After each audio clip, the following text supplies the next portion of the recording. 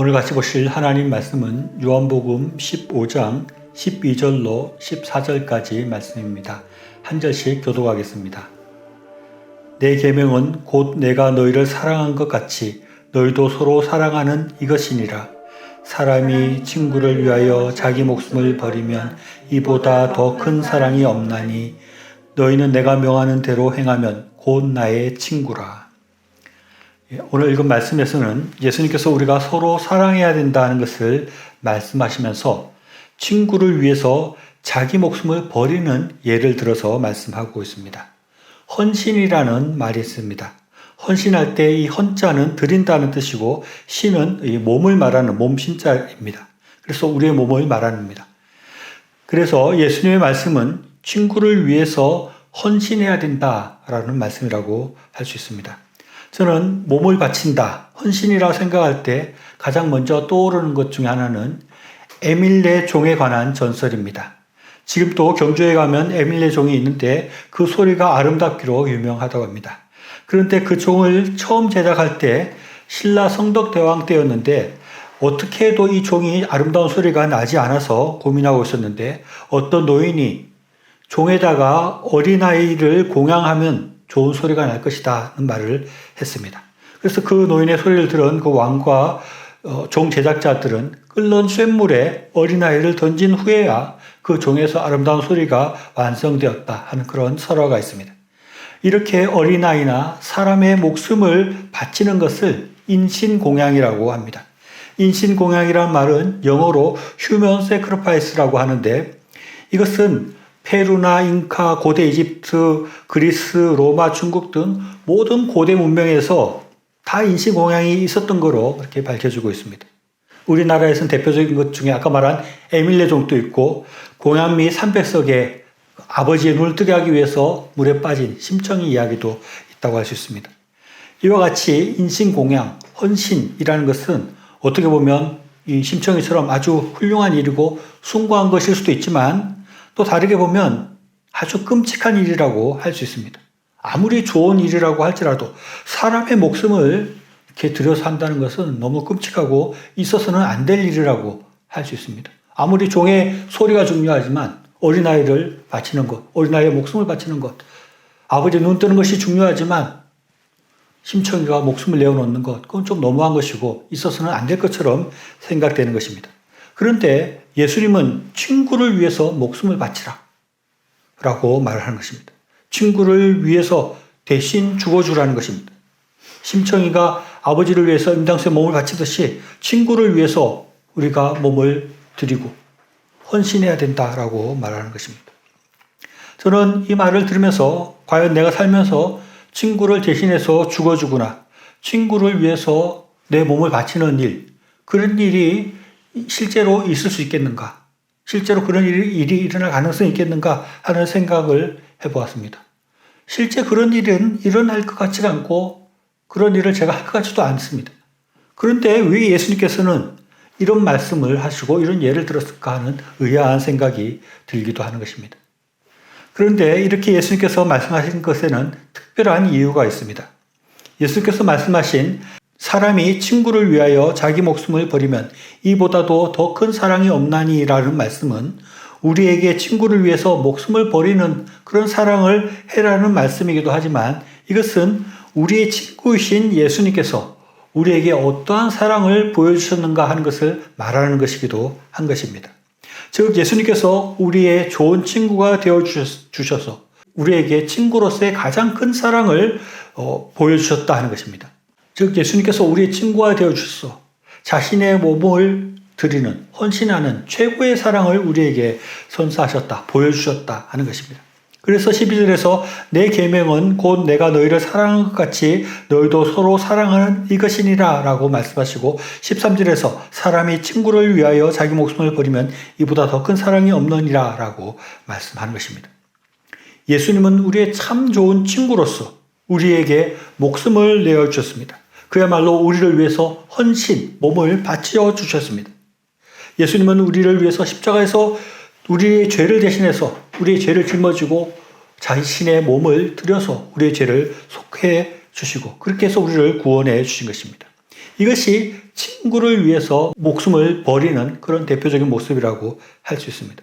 그렇기 때문에 이 친구를 위해서 목숨을 버린다 하는 표현은 우리에게 어떻게 보면 굉장히 낯설고 이루어질 것 같지 않지만 굳이 예수님께서 이 말씀을 하신 것은 예수님이 우리에게 그런 사랑을 주셨다.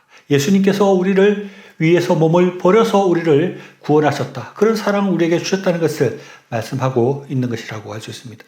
그리고 예수님은 이렇게 몸을 버려서 우리를 구원하시는 것, 몸을 들여서 십자가에서 죽으셔서 우리를 구원하시는 것 외에도 우리를 위해서 헌신한 것들이 있습니다.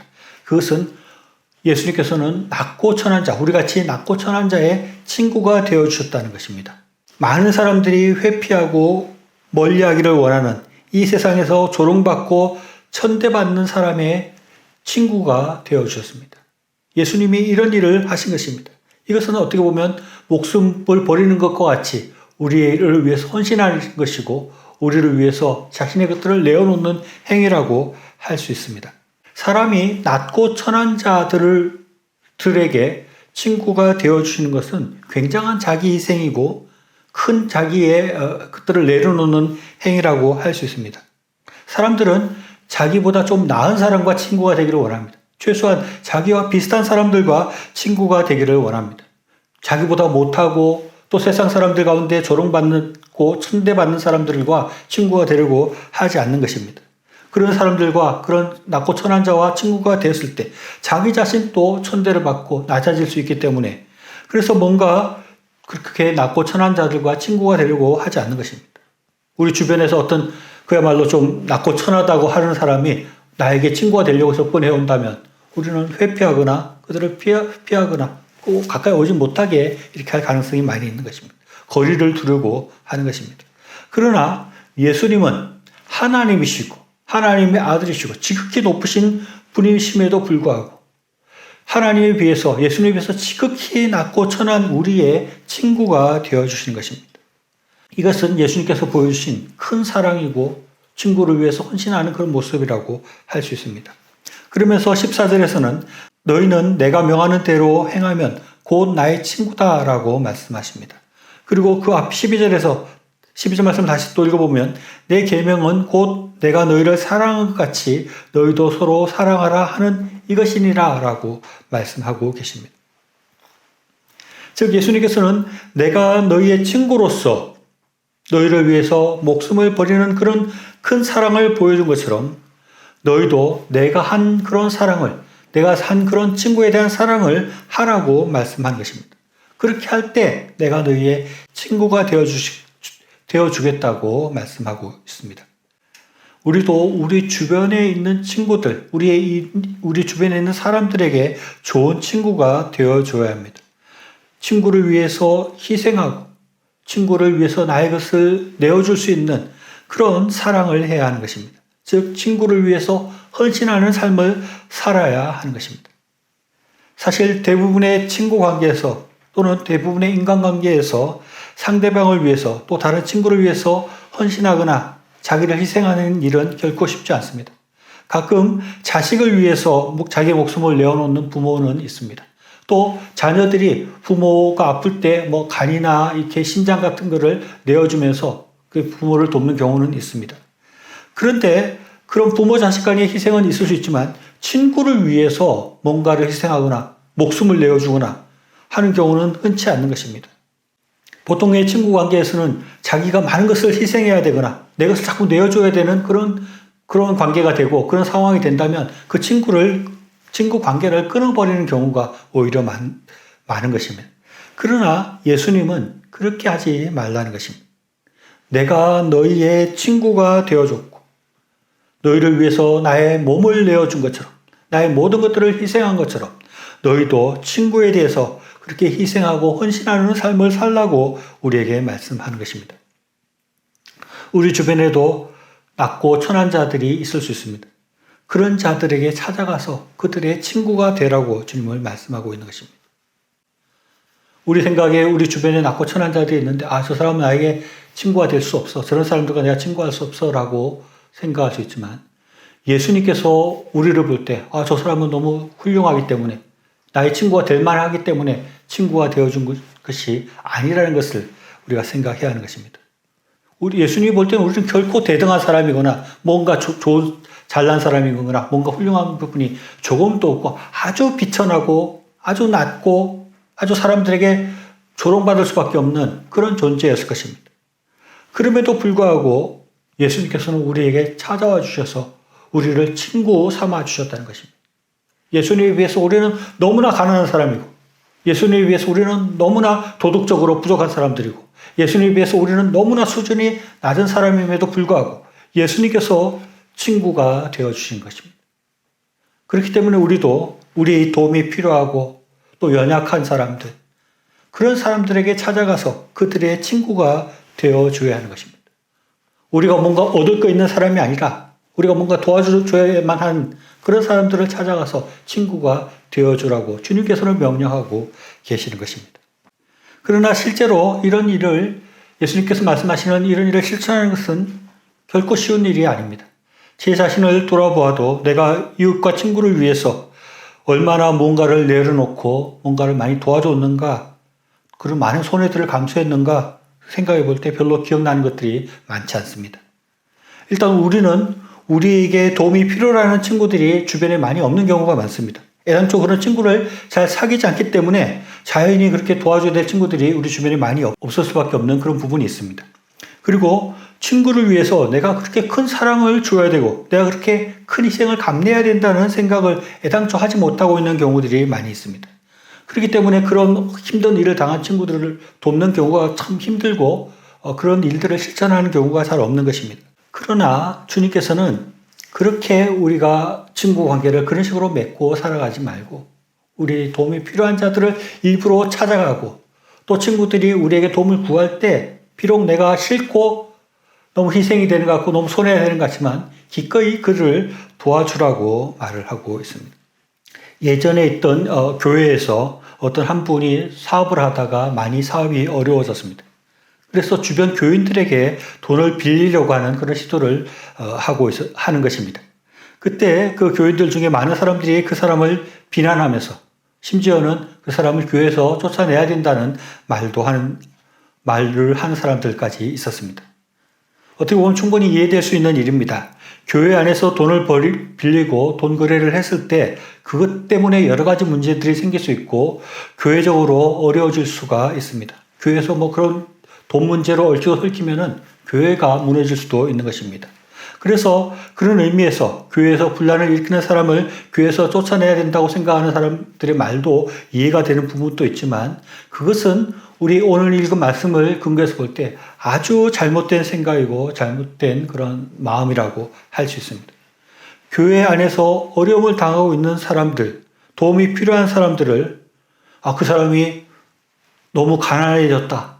그 사람이 자꾸 돈을 꾸려고 한다. 너무 우리를 힘들게 한다. 그러니까 쫓아내자라고 생각을 하면서 내가 더 이상 손해를 보지 않겠다. 나는 결코 그 사람 때문에 피해를 입지 않겠다라고 그렇게 하는 것이 아니라 어떻게 하면 우리가 그를 도울 수 있는가를 먼저 생각해야 한다는 것입니다.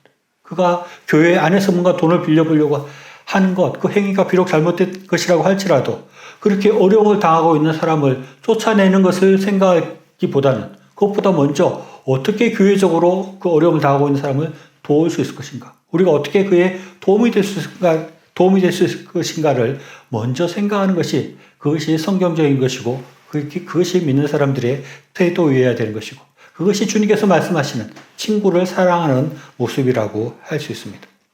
어떻게 보면 우리가 그렇게 경제적으로 어려워져서 낮아지고 그래서 다른 사람들에게 도움을 청하고 돈을 빌리려고 하는 그런 사람들의 모습이었음에도 불구하고 예수님께서는 그런 우리에게 친구가 되어주시고 예수님의 모든 것들을 들여서 우리를 구원해 주신 것입니다. 예수님은 내가 그렇게 했듯이 너희들도 그렇게 해야 한다고 말씀하고 있습니다. 그리고 그렇게 할 때 우리가 예수님처럼 우리 이웃들을 위해서 나의 것들을 내려놓고 내가 손해를 보고 그들을 또 돕는 그런 행위를 할 때 예수님은 우리의 친구가 되어주신다고 말씀하고 있습니다. 14절 말씀을 다시 한번 읽어보면 너희는 내가 명하는 대로 행하면 곧 나의 친구라라고 말씀하고 있는 것입니다. 내가 명한 대로 그런 어려운 사람들의 친구가 되어주고 그 사람을 도울 때 내가 너희의 친구가 되어주겠다라고 말씀하고 있습니다. 예수님께서 나의 친구가 되어주신다는 것이 무엇인지 우리는 깊이 생각해 볼 필요가 있습니다. 예수님과 같이 그렇게 위대하고 힘 있는 하나님이신 예수님이 나의 친구가 되어주신다는 것이 얼마나 큰 일인가를, 얼마나 그것이 놀라운 일인가를 우리가 생각해야 합니다. 범죄와 전쟁이라는 영화 대사 중에 내가 너희 서장하고 잘 안다고 이렇게 자랑하는 그런 대사를 서장하고 잘 안다는 것을 자랑하고 과시하는 그런 대사가 있습니다. 친구 중에 경찰서장만 있어도 그렇게 자랑스러워하고 힘을 과시하고 그렇게 하는데 하나님이신 예수님이 우리의 친구가 되어주신다 하는 것은 우리에게 얼마나 놀라운 일인지 모릅니다. 예수님이 나에게 참 좋은 친구가 되어주셔서 목숨까지 내어줄 수 있는 그런 친구이다. 예수님 같은 그런 분이 나의 친구로 있다는 것은 얼마나 우리에게 큰 일인지 모른다는 것입니다. 얼마나 큰 능력인지 모른다는 것입니다. 그것은 우리가 이 세상 가운데 낮고 천한 자들, 나에게 돈을 빌리려고 하는 자들, 이런 사람들을 만나가지고 내가 좀 손해보고 그를 도와주면서 금전적인 손실을 잃은 것, 그것을 다 복구할 만한, 그것을 다 갚고도 넘을 만한 그런 복이 우리에게 주어지는 것입니다. 우리가 조금 연약한 친구를 통해서 조금 손해본 것, 그것을 예수님같이 아주 크신 분과 친구가 되므로 거기서 다 돌려받을 수 있을 만큼 그 큰 도움을 받을 수 있는 것이라는 것입니다. 그렇기 때문에 우리는 낮고 천한 자들의 친구가 되는 것을 두려워할 필요가 없습니다. 낮고 천한 자를 통해서 조금 힘들었고 마음적으로 좀 불편해지는 부분이 있다면 예수님과 친구가 되는 것을 통해서 더 크고 더 풍성한 복과 기쁨을 누릴 수 있기 때문입니다. 우리는 낮고 천한 자들의 친구가 되기를 두려워하지 말아야 됩니다. 우리 주변에 조금 부족해 보이고 내가 도움을 받기보다는 도움을 줘야 되는 그런 친구가 있을 때 오히려 그들을 찾아가서 더 좋은 친구가 되려고 노력을 하고 그들을 잘 도우려고 노력하고 내가 그들을 위해서 목숨을 내어놓지는 못한다 할지라도 나의 가진 것들을 조금씩 내어줄 수 있고 나의 시간을 주고 또 필요한 물질을 주고 이렇게 해서 좋은 친구로서 살아가는 것이 중요한 것입니다. 그럴 때 하나님께서 나의 친구가 되어주셔서 더 큰 복을 내려주신다는 것을 깊이 생각하고 좋은 친구 관계를 맺고 살아가는 저와 여러분이 되시기를 바랍니다.